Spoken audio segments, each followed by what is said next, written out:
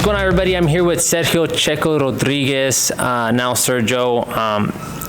The reason why I'm doing this podcast is because I want Arizona boxing fans to get to know you and just Arizona fighters in general that are just coming up. And I met you in a Thunderbolt event. You were fighting Tommy Stevenson. Exciting fight.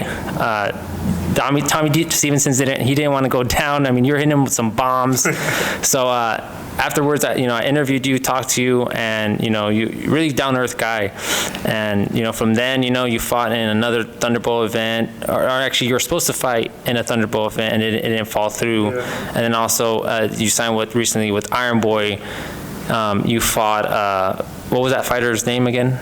Nicholas Rose. You fought Nicholas Rose, and then that fight, had a lot of emotions, but you had a very exciting knockout. Yeah. Now, before we talk about, first off, where you're at in your career, I want to get to know who you are as a person, right? So, who is Sergio Checo Rodriquez? Where did he come from? Where did he grow up? Tell the Arizona boxing fans who you are. Well, I grew up in Mexico at Hermosillo, Sonora. I moved here like 08, 09. I was like 13, 14, yeah. Been here ever since. My second home. So you weren't born here in the United States. So from when you were born to when you were 13, you lived over there? Yeah. Okay, so you came over here when you were 13. Did you know English at all? Well, I came to second grade here too. Okay. So my mom's always lived here, so I lived with my aunt over there. And then when I graduated sixth grade over there, so that's basically when you finish school over there and you go into high school seventh grade over there. And I finished it up, and I would always come back and visit my mom, and she just broke the news to me when I was getting ready to pack my bags to go back. She's like, "You're not leaving." I was like, "What?" Yeah, she didn't let me leave. Well, she's your mom. Yeah. So here, let me turn this down a little bit. There we go. So I guess, how was that? You lived in Mexico for so long, and then you're over here. Was it culture shock, or how'd you feel as a kid?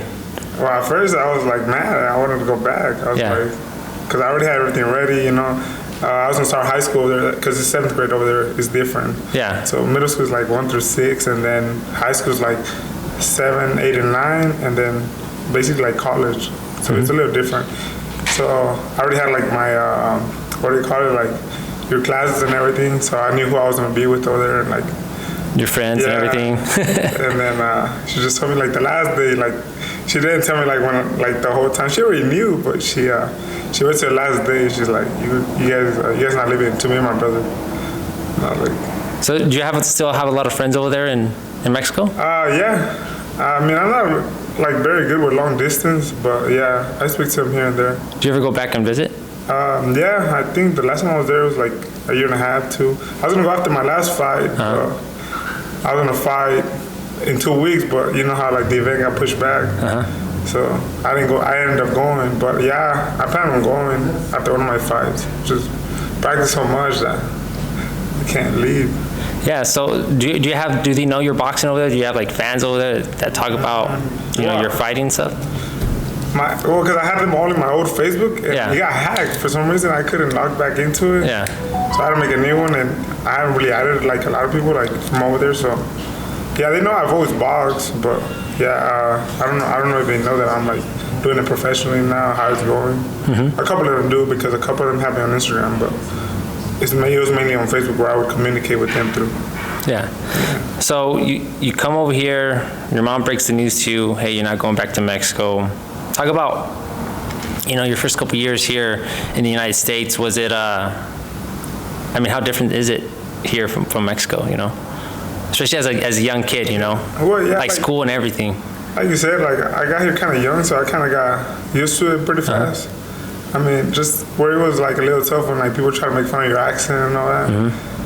That's about it. But like after they noticed that I know how to fight, like they wouldn't tell me anything like about my accent and all that. But yeah. Well, as soon as you show them the power, right? They backed off. They would leave me alone. Yeah. So did you like get in any fights when you were younger because of that, or? Here and there, yeah. I'm not a fighter. I don't like being mean to people, but I got into a couple fights. Okay, so So that happens. You start school here. I guess when did you fall in love with boxing, or before boxing was there another sport that you fell in love with? Yeah, I like all sports. I mean, I do all the sports, but boxing is like what I put all my time and effort into. I mean, I play soccer Sundays and Mondays, and then here and there, like with my friends, we go and play basketball. I mean, I'm pretty competitive, Yeah. Just like, I like doing it all, but this is what I like competing at. Yeah. So you didn't do any sports before boxing when you were younger? Okay. Yeah. So, what were those sports? Soccer? Yeah, I've always played soccer my whole life. I mean, because my siblings, my brother, my cousins, and all the ones that I grew up with, they would all play soccer. So I mean, it was like basically I was kind of forced to. Yeah. I was wanted to box, but in Mexico, my aunt, she would say that my mom wouldn't let me box. So she's like, if you get hurt or something, like your mom's gonna get on me. So Yeah. she's like, no, she's like, I'm not gonna let you. All right. So you played soccer. I guess when did you step into a boxing ring? How old were you? I was 8 years old when I went to second grade. When I lived here, I used to like not ask my mom, and I would just go to the gym by myself because we lived like down the street from one. Okay. So and then like the coach, like he was very close to me, so he wouldn't charge me or anything. So I did for like almost a whole year. How did you even step into a boxing ring, or boxing gym? Was it just by curious? Was it friends? Was it? Yeah, friends and my brother and all of us, like the whole, like basically the whole neighborhood, we would all go, like all the boys, and we'd all train. I think I'm like one of the only ones that stuck to it, like to this point. Yeah. So you do it when you're 8 years old. When did you actually start to, spar or even get any amateur fights? I got them basically that year almost. I got but not a lot of them. It's only probably 3 or 4. Yeah, I got 4. Yeah. Yeah. So circle back to what you were talking about. How many siblings do you have? How many brothers and sisters? 4. It's 4 of us. 3 boys and 1 girl. 3 boys and 1 girl. And you guys all pretty close in age? No, like my older brother, yeah, me and him, yeah. We're 1 year and 2 months apart. He's older than me. And then my sister's 13. My little brother's 7. He just turned 7. Wow. Yeah. So your older brother, you're close in age. Did you guys ever get any scuffles and? All the time. Every day it was like 1 or 2 times. Yeah. Yeah. Just because you guys were brothers, you know what I mean? Just how you, okay? Yeah, anything he would do or like that I would do. Like, if you bother him, then he would want to hit me, or like if something bothered me, then I would want to, get him back. Who would get the better out of one of each other? My brother didn't care. Like he would, like if he had the chance to hit me, he would hit me. It's like an older brother. Yeah, and I kind of like every time I had the chance to hit him, I would like kind of feel bad. So yeah. Well, he made you tough. Yeah. Oh yeah. All right, so that's pretty cool, man. And so your mom didn't want you to box, so you had to kind of. She just gave up right now. Like my last fight, she gave up. She's like, okay, because she's never been to none of my fights. She's watched them, but she's never been to none of them. And then she told me like, hey, like, how can I come to the next one? Yeah. All right. And it's gonna be the first one she actually sees you in fight person. live. Yeah. Is she gonna be like Manny Pacquiao's mom and like do this type of stuff with the rosary? Nah, she's religious, so no, man, that's just how moms are, man. I mean, my mom didn't want me to. She hated whenever I got into fights too. I was talking to Jesus Ibarra's mom after he fought in David's card. And it's funny because I was talking to her and she was all happy that he won. And then I asked her, I was like, hey, did you want him to fight? She's like, no, I never wanted to fight, but now I do. And so they get warmed up, know.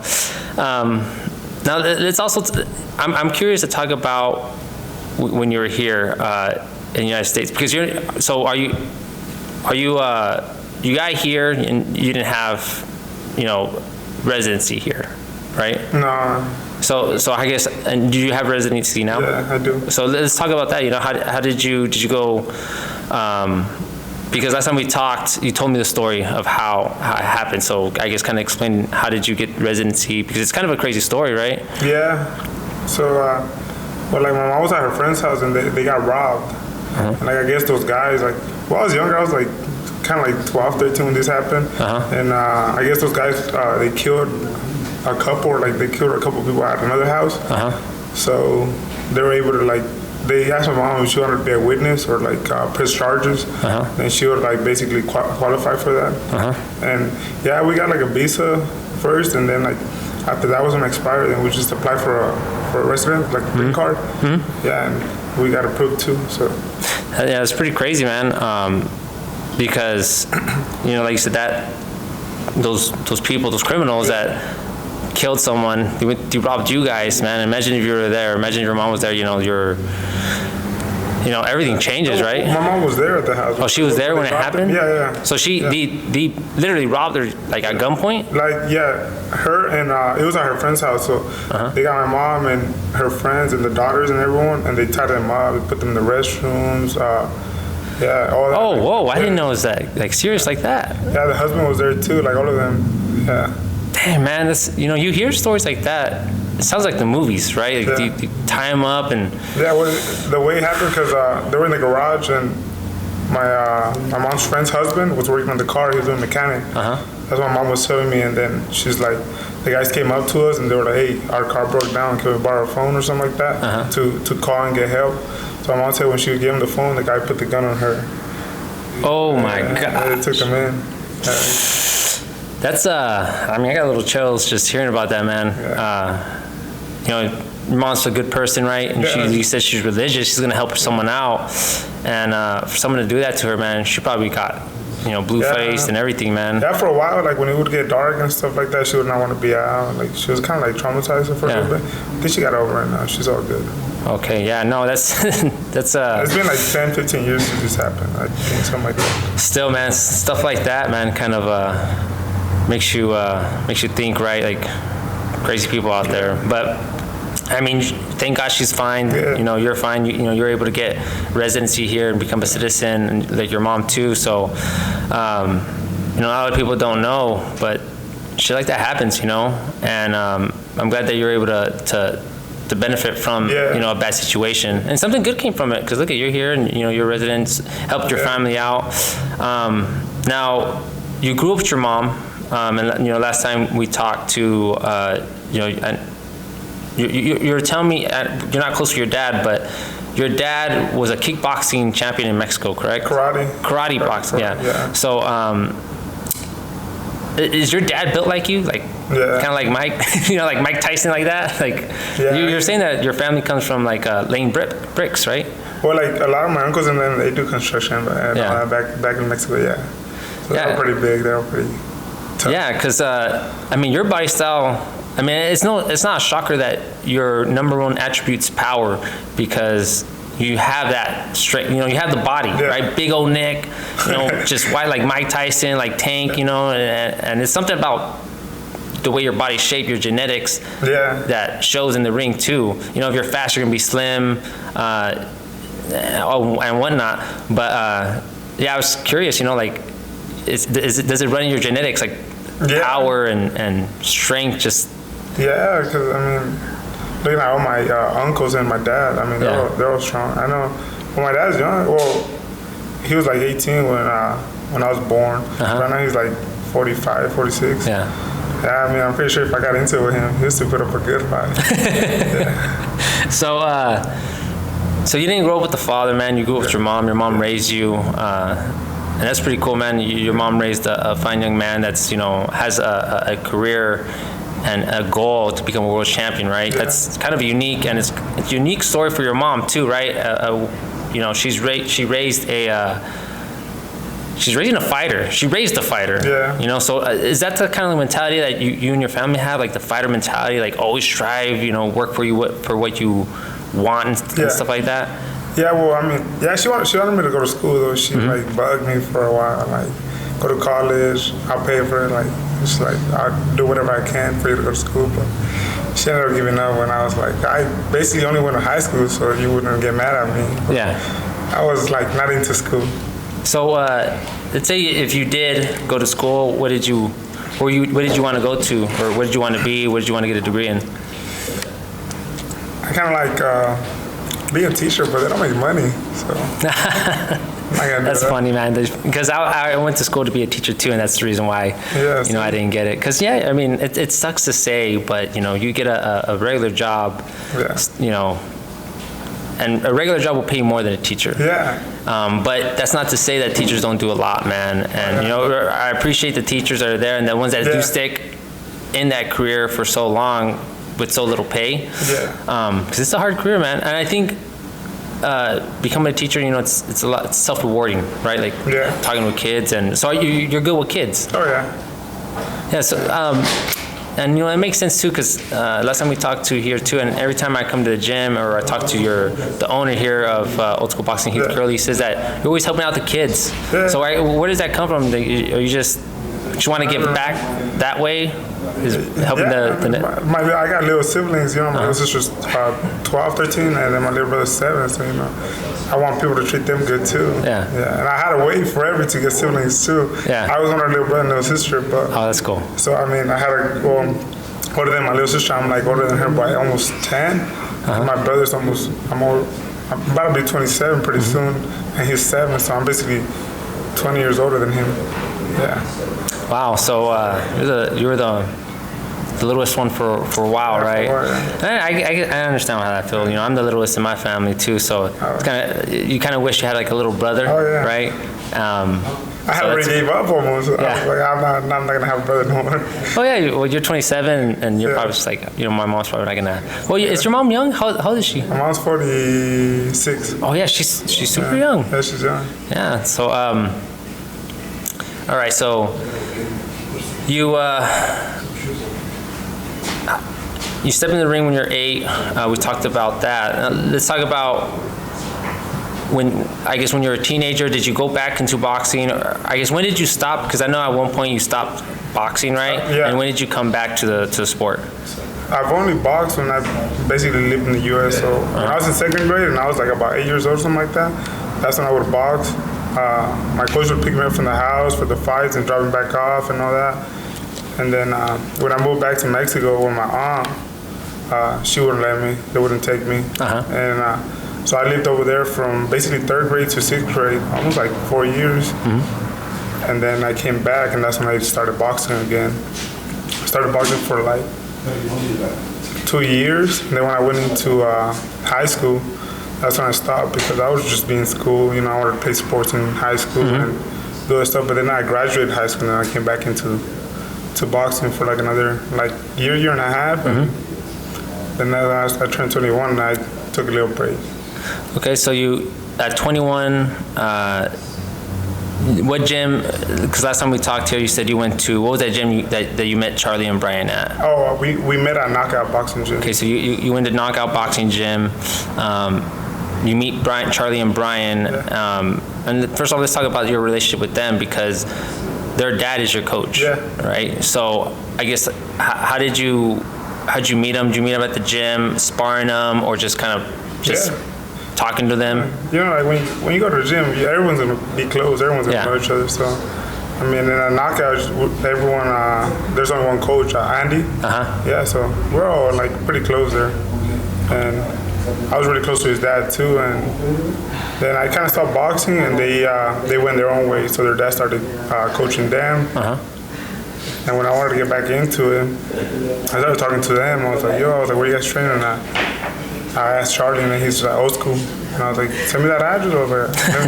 Let me start training with you guys. Yeah, I've been here for I started training here last year in February. So basically a year and a couple months. Yeah, you started your first fight you were 25, right? Yeah. So you're 25, and I know we talked about that you have a lot of friends that are now really successful boxers. Oh, yeah. Carlos Castro, who else? Well, I mean, I met David Benavides and his brother at Central, Bosulam. Well, I met all the fighters at Beaver, Panchito, all the upcoming fighters too. Yeah, and I remember you were telling me about, you kind of have this feeling that if you would have stuck to it, you could have been by now at that level. Yeah.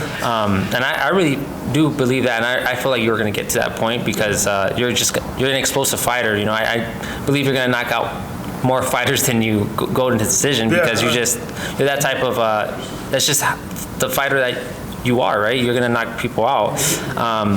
So did you spar any of them? Just because I'm curious, did you spar like David? Did you spar anybody? I sparred David back when we were younger, like 2 times, and then Panchito like once or twice. I sparred Carlos Castro a couple times. Sparring David and Beaver and Carlos Castro when you were young, so that's actually really cool to say, right? Especially because when you see David where he's at, you know, him talking about fighting Canelo and Carlos Castro, you know, he's going to be fighting very, very soon, and he's fought like in television and whatnot. And I'm going to be checking the camera too, man. So I guess when you're one questions I have, because obviously you have aspirations of becoming the champion, right? And you have aspirations of being to where your friends were, right? The guys that you see right now. When you're, I guess, explain to me kind of a vision you've had of how you think you're going to get there. Like, do you, like, in your mind, because obviously our minds wander, right? And we fantasize about something, about things, and, you know, it'd be cool to be this, it'd be cool to have this world champion. Yeah. Have you ever thought about that? I think everyone, like, when you get into sport, I mean, if you look at it like doing it for the long run, like being able to pay your bills with this and all that, you have to envision becoming a world champion. And how do you think that's going to look like? Have you thought like what type of trunks you're going to wear, or, you know, maybe where you're going to be fighting, you know, or, you know, who you might fight, you know, like, I mean, just play around with it, you know, what? Yeah, I mean, I want to, so like if I can pick where to fight, I would say New York, the Madison Square Garden. Probably that, or the T-Mobile Arena in Vegas. Yeah, but who am I going to be fighting? That's a good question. I mean, you know, like, it could be pretty soon, or it could be in a couple of years. I mean, I'm already 26, you know, I feel like I'm strong. So maybe I could have come like within like 2 years. It'll be nice. Who's there? Jaime Munguia, Charlos, who's that? Fundora? Yeah, Fundora. Yeah, I mean, Fundora's tall, man. Yeah, but you're gonna have to sayuka him up. It's the weight, though. I mean, it's not the size. Yeah. So yeah, that's I've always, you know, the reason why I asked you that question is because it's nice to kind of have a vision, right? You know, like, I've thought about that too. Like, if I was a fighter, you know, well, what type of trucks would I be wearing? You know, sometimes people wear, you know, colored trunks. You know, would I be going with the Mexican flag, American flag with me? You know, what type of song? Actually, what song, when you make it, what song do you want to come out to? I don't know. It's just, it depends what's out there, you know. Like, once you're already up there, and you can have, you know, like, you can have someone make a song for you, basically. Or, like, you could have someone walk out with you performing the song. So, I mean, if you had to, who would you want someone, like right now, if your next fight is going to be for world title, Checo versus Charlo? I mean, I don't know. I like Tito Torbellino Jr., Luis Rodriquez. I mean, I'm Mexican, so I had to, you know, come out with like a Mexican song, like a corrido. So. Do you think in any of these smaller events, you might come out with like a banda or with someone coming out? Because you have a lot of friends, man. Not a lot of people know, but you have a huge following. Last event at Iron Boy, I mean, the crowd went crazy, and you sold a lot of tickets, even though the numbers might not show, but people showed up and bought tickets just to see you. Yeah. Huge following, and they showed up at Iron Boy, right?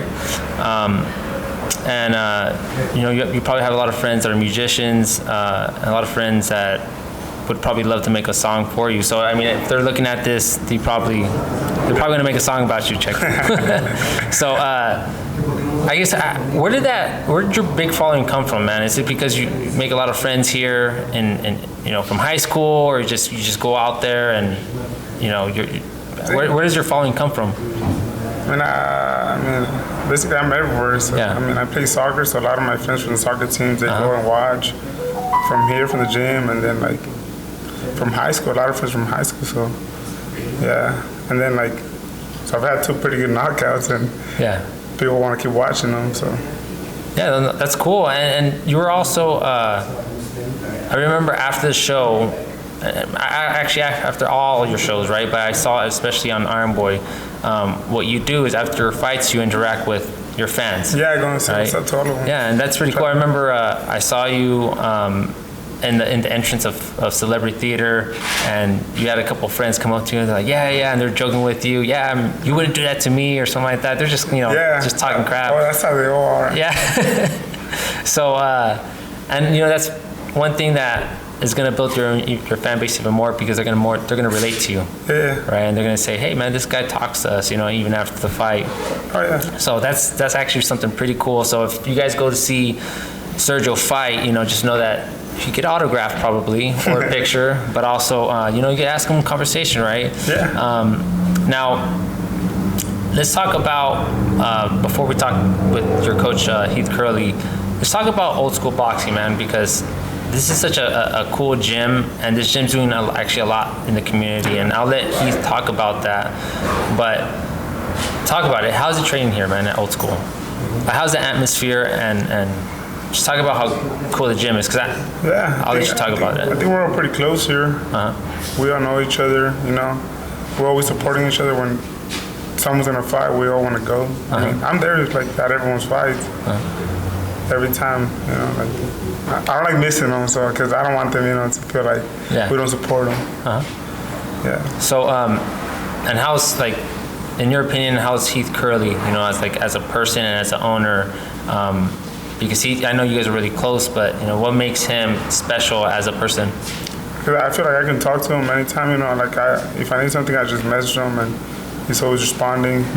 Anything, I tell him too, like anything that he needs from me, just to let me know. So we're pretty close. That's cool, man. And like I said, I met Heath during your first fight briefly, and then I met him when I came to the gym. Did not even know he was the owner. He doesn't act like the owner. He just acts like he's part of the crowd. He just acts like he's part of the crowd. Just watches. And so, and it's kind of cool, man. Kind of like his story of how he got into it. So. Well, I'll bring Heath now with us, so let me get a chair, Heath. You got it?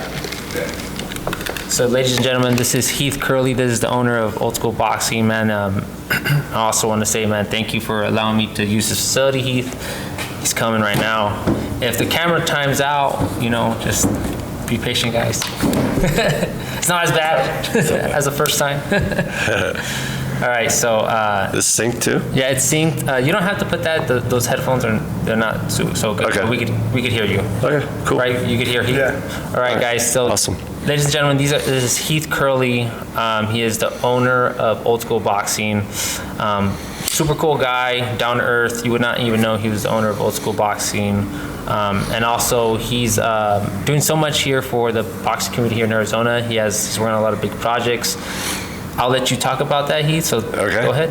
I appreciate you doing this. This is a big part of, I think, what we want to be able to do is promote these guys. Sergio just being one of the guys that are in the gym, putting the work in and really dedicating his time and effort, not only for his game and getting himself ready, but Sergio also helps out a lot with the kids that are here, constantly being just that guy that the little kids come over to and ask to have his hands wrapped or put the gloves on, and Sergio's doesn't matter, drops of stuff, able to help out. So, I think this is just like a nice stepping stone for us to try to, promote the guys, really try to get their careers going in a sense of on a positive, foot and a positive way to be able to really promote more for anything else for the kids that are around here. The gym isn't in the greatest of areas, and that's done for a purpose, because I think for most of these kids that are in the surrounding areas, there aren't a lot of, positive reinforcements in the community, and if we can actually have a place that they can go and feel safe and be able to feel some type of family, I think that's a huge, huge win for us, and that's always been what it's about. So we've we've done a lot of, I don't say a lot, but some outreach. We've done a couple after-school programs with a couple of the K-8 schools that are close, which everybody's really enjoyed and want to keep moving. We've also developed a relationship with GCU and started a club boxing program with them, which they didn't have before, which was kind of surprising because they got every other sport under the sun, MMA to karate to you name it.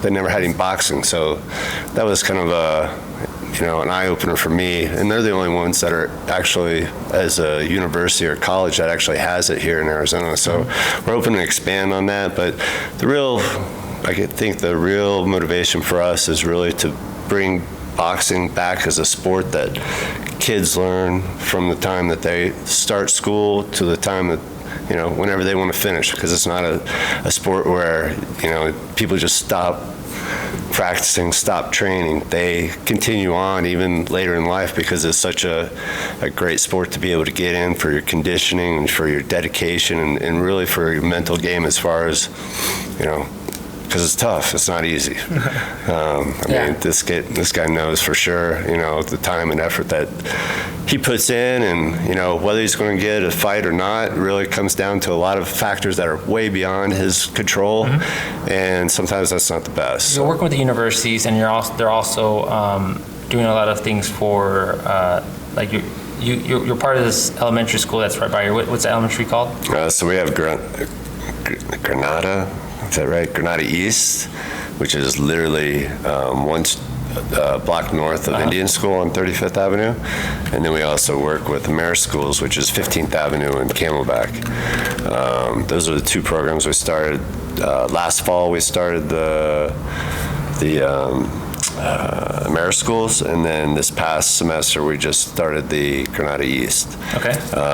Granada East, we actually had somewhere in the neighborhood of 17, 18 participants, which is actually a lot in my mind because it is a new program and it started a little bit late, but half the kids in there were girls. So that was, to me, a huge step in the right direction of really trying to, get into the community and not only have guys, but, girls that are interested. Girls are more interested in just protecting themselves, and because there's a lot of bullying in school and there's a lot of intimidation, and particularly with some reason the girls' side of it, not so much the boys as much, but the girls get in a lot of situations that surprised me more than anything else. But most of those girls were just, hey, I just want to be able to learn how to defend myself and, stand up for myself if something comes up. So, I think it's been really good. I think the teachers and the administration have been super supportive, something I didn't really think that would happen.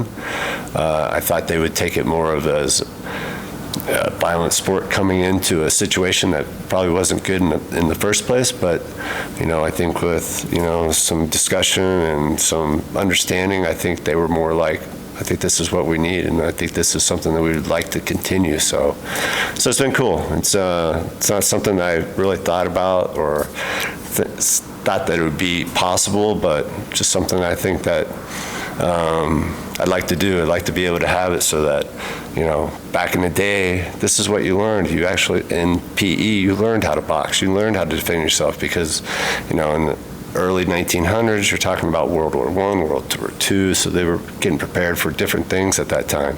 Now it's just a way of life and a way of being able to get in shape and a way to be able to, find some common ground with people that people like and people understand. And I think it's, moving in the right direction, so.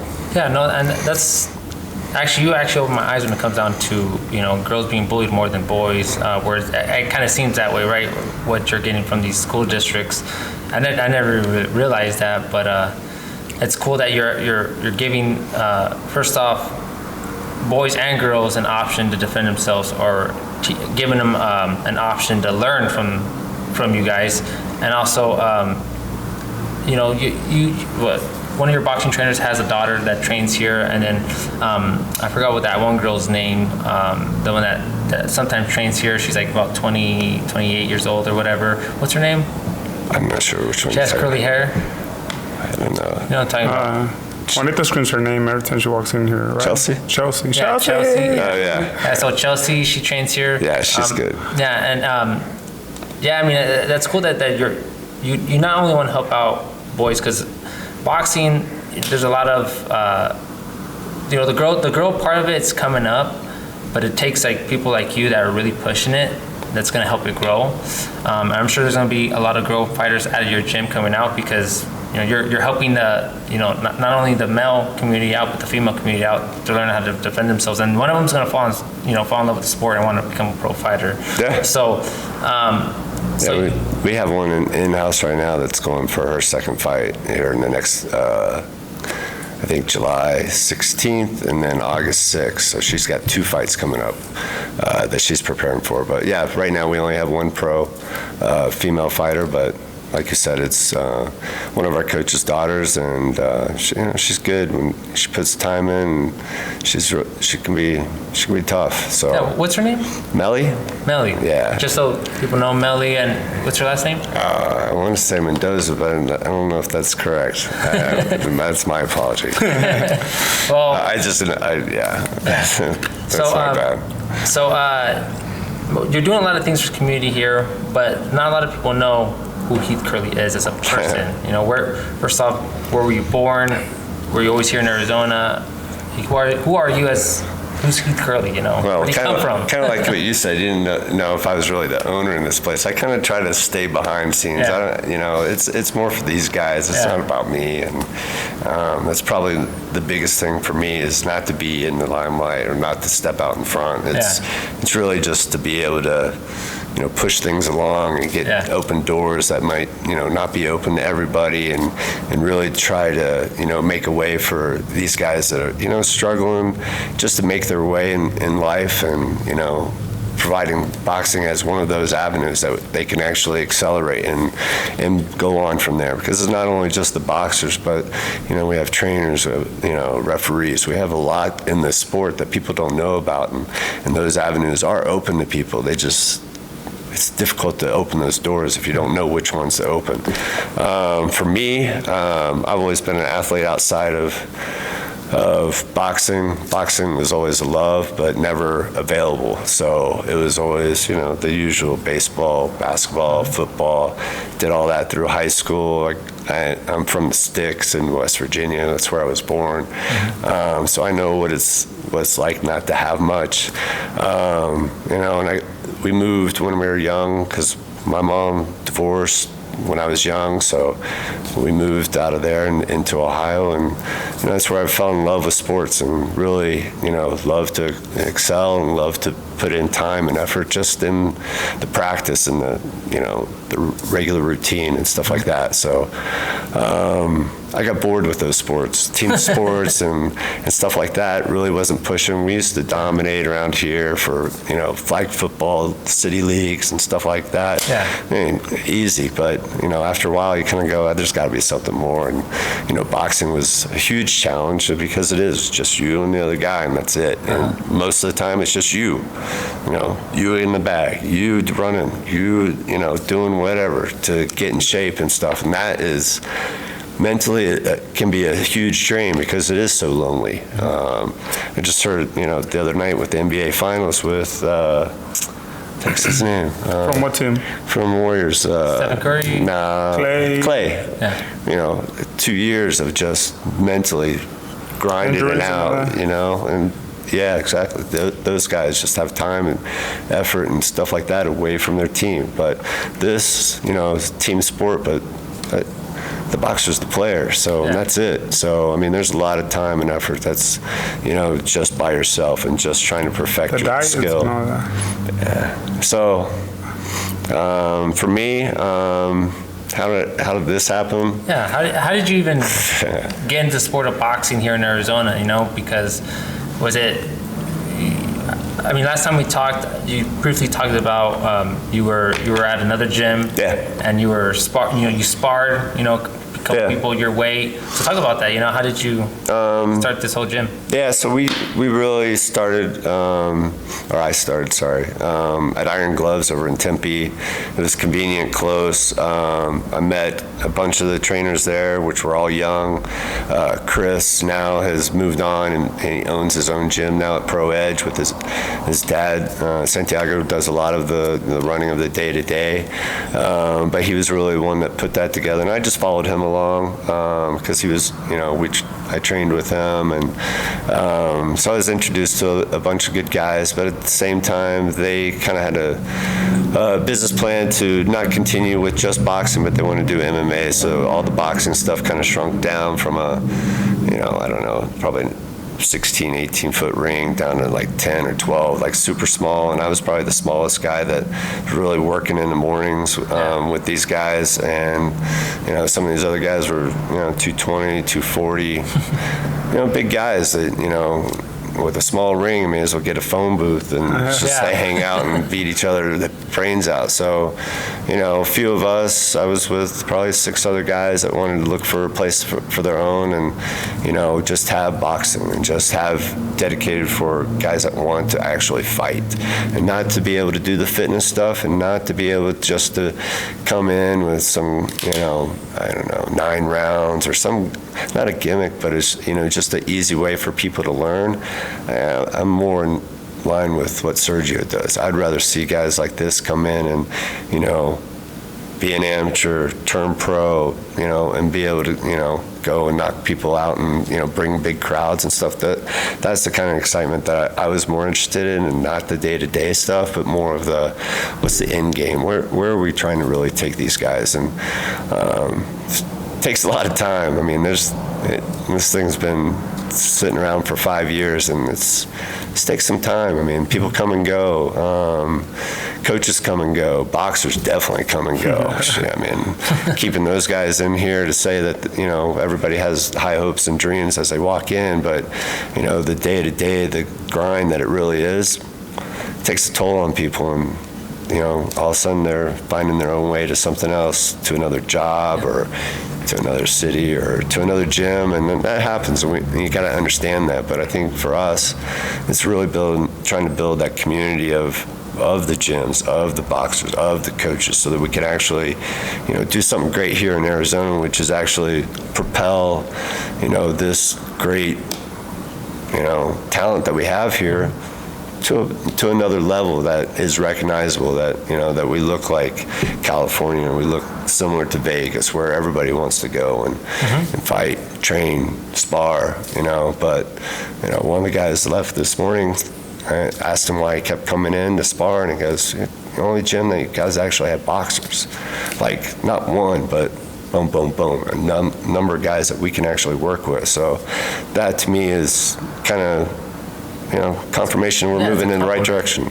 Yeah, no, and it's also, Heath, the type of atmosphere that you create here for fighters that come in, and your fighters that train here. I've come here multiple times, and the atmosphere here is very inviting, and it's very old school. The gym, the name of the gym is actually the name of the gym, right?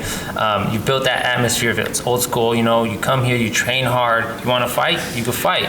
If you want to train hard, you want to train hard. So, like I said, Heath, I think it's a compliment when people say that, but it's also not. I mean, I get that a lot too, man. Like sometimes you don't realize that sometimes it's who you are, and who you are kind of projects to what you do, right? So I think who you are is projecting your gym, because man, when I first came here, I did not know who you were. Right? You're just sitting down right there, just watching fighters train, kind of like just one of the folks. So that's pretty cool. I love it. Yeah. For me, there's no other. You can't get this close. Yeah. at a real fight. Unless you're working the corners. Yep. Let me volunteer, I'll work the corners, whatever. But this right here, and seeing guys go at it, is probably the highlight of my life. And day, week, it doesn't matter. Just to be able to see guys compete and really get after it. So let's talk about, because you were talking about, fighters come and go. Let's talk about the fighters that you do have. Obviously, we have the knockout king, Sergio Checo Rodriquez, with you right now. You have Brian, Charlie, and let's talk about the other fighters, pros. And also, if you want to talk about the ones that are up and coming that are trained here. Okay. You really put me on the spot. So, Sergio's with Coach Mingo, which is father of Charlie Velasquez and Brian Velasquez. And those guys both are exceptional fighters in my mind. Charlie's 6-0, Brian's 3-0, this guy's 2-0. So, I mean, he's really building a team, which is awesome.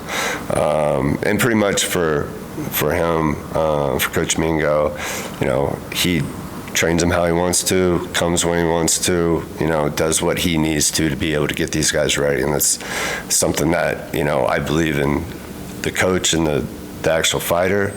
They know what's right. I don't need to set any, tone or how things should be done. You know what you need to do. You need to go get it done. Yeah. This next Saturday we have Adrian Rodriquez, which was a 2-time national champion at 114. Is going to be making his pro debut. He's coached by his father, and that kid's been through a lot. And I know you want to be able to sit down with him later, but his story is a cool one, and one that I always look to, because it's one of those things that, as we talk about inspiration and aspiration, that guys come in is huge. And he actually came in with some other kids, but he wasn't that guy that stood out. And he was the kind of kid that had to, day in, day out, just keep plugging away, just keep at it, and keep a mindset of what his goals were and what he wanted to accomplish. And him and his dad, as well as his last coach, who passed away not too long ago, set the tone and set a path for them. And now he's accomplished those by 2 national champions, and now he's turning pro. So, I mean, those are the ones that stick around and don't come and go. And I mean, it's proof in the pudding, right? I mean, he puts the time in, he's going to get it. Same with this guy, same with Charlie, same with Brian. We also have, Fernando Martinez, who's 3-0 right now as well. And he was 6-time national champion, and he's got accolades out the wahoo for, all his amateur stuff. And now he's, setting that tone for, becoming that up-and-coming fighter as well. So, there's a bunch of good guys that are in this gym, and, a bunch of good guys that are actually making, a ton of progress in their first, few fights, which is awesome. How do we get them to the next level? How do we get those fights? It's been kind of, I think, difficult. They haven't been easy to get the fights and hold them. We've had promoters come and go as well. So, the landscape of boxing is always seeming changing. So I think it's, our job as, gym owner and the coaches to be able to find those avenues that could reward these guys. And I think being able to have that communication and outreach, and being able to keep your pulse on the actual market as far as the boxing is concerned, I think it makes it a lot easier for these guys. If we're not doing that, then I think this business is a struggle. It's tough to get into. It's tough to stay in. It's tough to be lucrative. It's tough, a lot of things. There's a lot of, climbing to go before you actually reach a peak that I think that you're comfortable and you can do the things that you really want to do. I mean, most of these guys have jobs. I mean, professionals in a sport, but they still have to have the job. This is like the 1920s and 30s with the Major League Baseball, where the guys would come to the evening and play a game and get paid for it, and the next day they're working in the factory. I mean, I'm like, dude, why don't we have the ability to be able to pay these guys if they were professionals? And, we got promoter, we got a manager, we got, all these other guys dipping their hands in and trying to make money, which is, it's fine, and it's the business, but, for me, I'd rather see, these guys getting rewarded, and for these guys to be able to dedicate their time and effort just for the sport, not having to sell tickets, not having to go promote themselves, but really just be able to put on a show like Sergio does. Yeah, and that's kind of crazy to think about, right? These guys are pros, but they have a 9 to 5. never really thought of that way, right? Because usually when you're a professional at a sport, you know, you don't. That's all you do. Yeah, well, baseball player, basketball player, and these. I mean, it's not like boxing. It has like a level 2 pro. No, once you're a pro, like he could go 20-0, and all of a sudden he's fighting Charlo, right? So he's in the same level, same bracket, right? It's just he's at a certain point, right, at his career to where he might not be making that money, but like you said, this sport, there's a grind to it. And I think that's what makes it rewarding once you get to the top, because you don't know the struggles that Sergio and you are going, right? Right now, he's probably working, he's working, last time I talked to him, he helped a friend out move, right? He was moving, right, to get a couple bucks or something. Saying anything, he's doing the last 2 weeks. Yeah. So that's it's hard work. That's hard work, man. Yeah. So that's cool. Nobody else asked for that, I don't think. Nobody's in basketball, if you get a contract, or even if you go to a different league in the NBA, you go to the G League and stuff, you're still getting paid. Yeah. NFL players, they get signings just to be able to stay at camp. Those guys get paid, and then their time runs out. Okay, let me go find the next league. I can go to this, CFL. I can go to the Arena League. I got 2, makeup, leagues that are coming. There's lots of opportunities to go across to Europe to play basketball. There's a lot of those opportunities, but in boxing, it's totally different. It's really a struggle to be able to break through and to be able to, really build that fan base. And I think, that's the likes of Sergio, to be able to bring the excitement level that you see when you see him fight. I think that's what people want to see. I think that's what they're looking for. And those type of characteristics and that ability really kind of pushes you, along as far as being able to get the notoriety and getting the, final paydays and stuff like that they should be getting. Yeah. So, no, it's a grind, man. It's a grind, and he's in it. And, you're a big influence to his success, and I think it's awesome that you have that passion. And not a lot of people might understand why you're doing it, but I do. It's the love of the sport. It's the love of also helping a guy like Sergio who has a dream, right? And you're helping him achieve it. And I believe he will achieve it. He will achieve his goals that he has in mind. Now, just because he's here, right, and we're doing this interview, what advice would you give Sergio right now that he might not know he will need in the future? Well, I do think he knows, and I think he's probably one of the few guys that actually commit himself. But I mean, as far as advice, it's always not to quit. Doesn't matter what comes up. There's going to be life struggles. There's going to be life that gets in your way.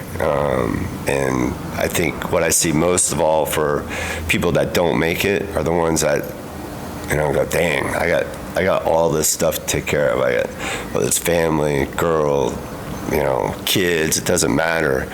Those things are always going to come up, and those things are always going to be there. And the more that you can this is what I'm dedicating myself to, and not quitting, I think you have the opportunity to make it, because there are so many other people that will hang their gloves up or rest for, I'm going to take some time off, I'm going to take like 6 months off. It's like, really? I'm going to fly past your ass because I'm going to be dominant in my division. You rest, I'm still working. You take time off, I'm still working. You're going to go on vacation, I'm still working, and I'm still going to be there. And when those things happen, you can take a look at, particularly like Kobe Bryant. He worked harder than anybody, always working. Guys show up to do a practice. Guy's already been working out 2 hours. He's like, where you guys been? This is the way these guys are, and the way Sergio is. It's like, dude, I'm still working. I'll find a job that will make me stronger just so that I can be tougher in the ring. I mean, You look at that and you go, dang, man, seriously? That's awesome. Where you have other guys that are just, struggling to get by, and it's a balance. Do I continue work? Can I still go run the 5 miles? Can I still do this? Can I get in sparring this week? I'm a little sore, I'm a little tired. And when you kind of go, yeah, I just got to do it, and this is what I'm trying to accomplish, then you don't quit and you keep on going. And that's I think more than anything, the way he becomes successful. I mean, shoot, this gym, there's no one help. No one sat around and said, hey, I'll help you out. Or, there's a ton of times, especially during COVID, it was like, should I just shut it down? Yeah. I mean, landlords don't help you. The government doesn't help you. USA Boxing is hoping that every door is closed all the time. So there was a lot of maneuvering and trying to, keep things afloat and keep things going. And there's been, hundreds of times that I've thought about just, it's not worth it. It's not. But for me, it's these guys, and it's the kids that come in. It's the parents that know that they can drop their kid off and actually, have their kid come home happy and, not thinking about the school or not thinking about the troubles that they have, but just, being able to get a good workout in with their friends and, good coaches and, start to learn a sport that they can actually excel in. Yeah, and you know what?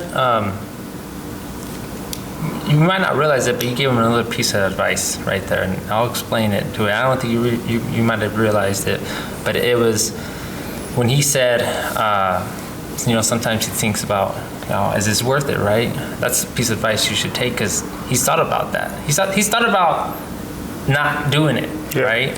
And I think in the sport of boxing, fighters, and even just humans in general, man, you get to a point where you're just like, life's hard, man, right? Life's hard. You might get to a point to where you're like, people are not wanting to fight you. I think that's what might happen with you. People are not going to want to fight you, Sergio, because you're strong, you're older, and you're at that point in the career where, you should be at this point, but you're facing fighters that are just coming up. So people might not, I'm not going to fight that guy. He's dangerous. He hits hard, right? And that might get to your head, right? I might, dang, man, no one wants to fight me. I'm not getting an opportunity. You might be 30-0, and people are avoiding you, right? But he's a good example. He's still doing it, and he's doing it out of the passion. I think that if you love something, you really love something, you're going to stick to it. And he loves something. He's sticking to it. He has a gym open. And just to sum up what he said, man, and this is what I tell fighters all the time, man, being consistent is key, man. Being consistent, that's all you have to do is come to the gym, work out, fight. And I always tell fighters, man, at least fight 3 times a year. The minimum's 2. I'm trying to fight like 6 times. Yeah, right? Yeah, and let's try to be busy, man. Let's do it. If you do 6, I mean, the fighters that have done that, Carlos Castro, Keenan Carbajal, David Benavidez, they've all fought 6 times at one point of their career. Yeah. Right? And then they don't go less than, besides COVID, they don't go less than 3 times a year coming up. Yeah. Right? Once you're coming up, David's already fought 2. You fight one more is 3, right? Yeah. So he might not fight again this year, I don't know. But at least he got 2 in a year, right? So if you really look at fighters' game plans and you just look at the record, man, it's just fight at least 3 times a year, don't give up, fight whoever's in front of you, right? And don't give up, man. And like what Keith gave you some advice, he gave you 2 pieces of advice there, man. Consistency and, man, just don't give up, man, because things are going to come in your head. And you have a lot of promise, man, a lot of promise. And that's why I feel like I want to give you that platform, man, because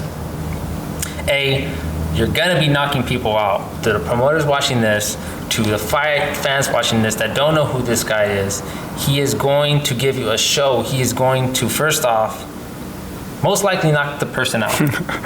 Let's just face it. This guy has power. This guy not only believes he's going to knock the person out, but he has the genetics, right? And we talked about that early. So I'm excited, man. I'm excited to see your career. Thank you. I'm so grateful that you're working with Keith.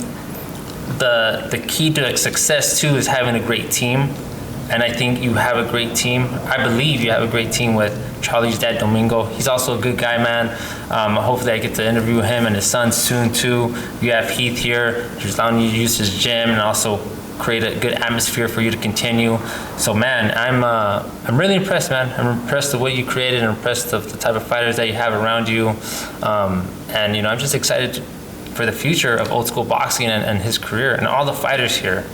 So, I appreciate you saying that, but I think this is some by luck that I get guys that, in my mind, as I think about it and I see these guys come in, I a lot of times I'm like, I'm just lucky to have Sergio and Brian and Charlie. I'm lucky to have Adrian, stick around as long as he has. I'm lucky to have Fernando stick around. I mean, those guys, are a super solid foundation, and it's, I know, hey, you created it and they'll come, but they don't come like this. Yeah. I mean, I'm not going to walk over to somebody else's gym and find another Sergio. It just doesn't happen. I've had guys that come in here that think they're that way, and they're out in 2 months. When the grind really comes and when it's like you got to work, I don't want to work that hard. I want it to be easy. I want it to be, this is not the sport for you. I mean, it just isn't. And probably more than anything, you should find that out in the amateurs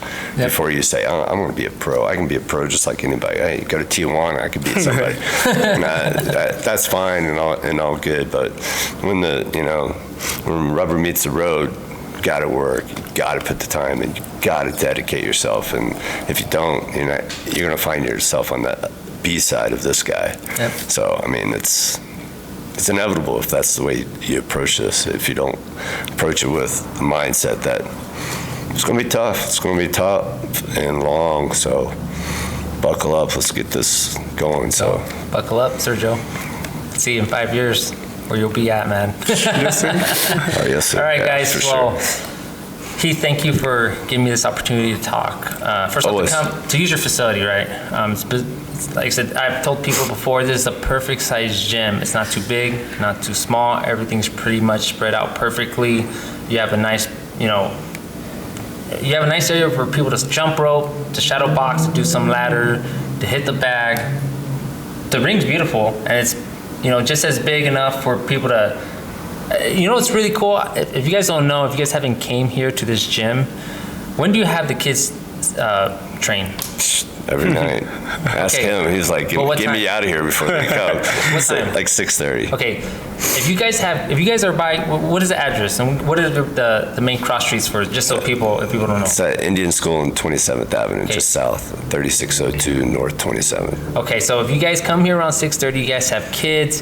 Maybe your kid's a little wild. Maybe he gets in fights. Maybe he wants to have a fight. Yeah, acting up a little bit. Maybe he, thinks he's, he's unstoppable, right? Bring him here around 6:30, Monday through Friday, right? Yeah, or her. Yeah, or her. Bring him or her here. Come to the gym. It's so cool to have the kids in the ring, and there's like, there'll be 4 kids, about 2, 4, 6, 8 kids in the ring, shadow boxing. You'll put the ropes there. And it's just cool to see, man. And there'll be coaches there coaching them. There'll be kids over here. Parents too. Yeah, the parents will be there. Yeah, and if you're hungry, there's tacos outside, so you guys can eat some tacos. So it's pretty cool, man. And like I said, thank you, Heath, Sergio.